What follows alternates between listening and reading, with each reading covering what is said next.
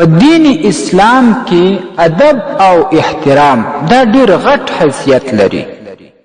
د مشرانو سره ادب او احترام، د استادانو سره، د علماو، د مور پلار وغیره نورو اکابر احترام کول، د دینی مقدسات احترام کول، د اسلامی شعائر ادب او احترام کول، د دې ډیر عظیم اجرونه دي.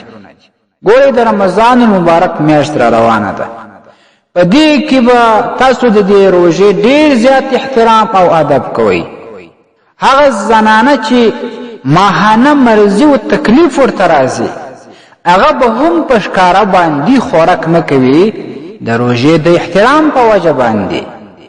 یو مریض دی روژې خوري، مسافر دی روژې خوري، هغه به د خوراک په ښکاره باندې نه کوي، د روژې د احترام په وجه باندې، د روژې د ادب په وجه باندې. د دې ډېر لوی فضیلت دی. علماو یو واقعه لیکلې ده چې دا د داسې ډېر وخت واقعه ده چې دا وخت مسلمانان ډېر زیات غالبه وه. د ده په منځ کې یو څه مجوسیان یا زومیان اوسېدل، هغوی امان اخیستی و. دلته یو مجوسي و، د هغه بچی و د رمضان المبارک په میاشت کې په ښکاره باندې خوراک او څښاک کوي. یو ځل د دې مجوسي پلار ور باندې رالی او د رمضان مبارک په میاشت کې عام خوراک کوي. نو دا پلار چې مجوسي و دی خپل بچی ته ډیر زیات غصه سو. هغه زوی ووهی چې ته د مسلمانانو د دې مقدسې میاشتې احترام نه کوې چې هغه په دې کې روژه نیسي او ته عام خوراک او څښاک کوې. ډیره زیاته غصه یې ورته وکړل. دا خپل زوی منع کړي د دې څخه چې د روژې مبارکې په میاشت کې عام خوراک مه کوه، دا د روژې بې ادبي او بې احترامي ده. دا وخت تیر سو، دا مجوسي وفات سو. د دې مجوسي یو همسایه ډیر بزرگ شخصیت و.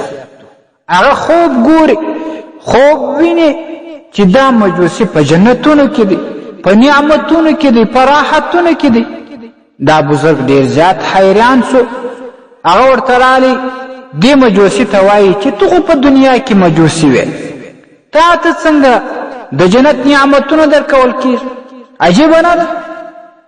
هغه مجوسي ورته وایي واقعه داسې وه چې د رمضان المبارک میاشت وه، زما بچی عام خوراک کوي، ما خپل بچی ووهی او هغه مې سپک کوي چې ته د مسلمانانو د دې مقدسې میاشتې توهین کوي، عام خوراک کوي، دا د دې بې ادبي ده. خپل بچی نه دې څه منع کوي. د الله رب العالمین زما دا عمل دومره زیات خوښ سوی و چې ما ته په آخري عمر کې ایمان نصیب کړي.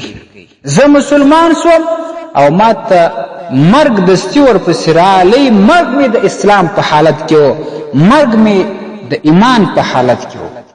زه له دنیا مؤمن لاړم. نن دا دی ته مې وینې چې زه د جنت په نعمتونو باندې خوندونه اخلم. عزیزانو، دا صرف د ادب دا حالو، دا صرف د رمضان المبارک د احترام دا حالو چې یو کافر مجوسی ته الله رب العالمین توفیق د ایمان او اسلام نصیب کړي. نو کم چې صحیح مسلمان وي هغه د دې روژو احترام کوي، د دې ادب کوي، الله به هغه ته څومره عظیم اجرونه ورکړي. هغه ته به د کاملې توبې توفیق نصیب کړي، هغه ته به کامل اجرونه ورکړي، هغه ته به د ډیرو نیکو اعمالو توفیق نصیب کړي.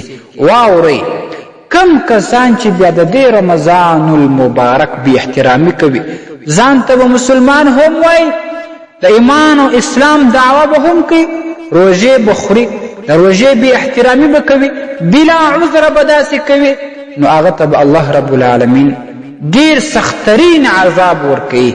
د هغه به بیا د هغه به بیا د عمره زیاته سخته سزا وي.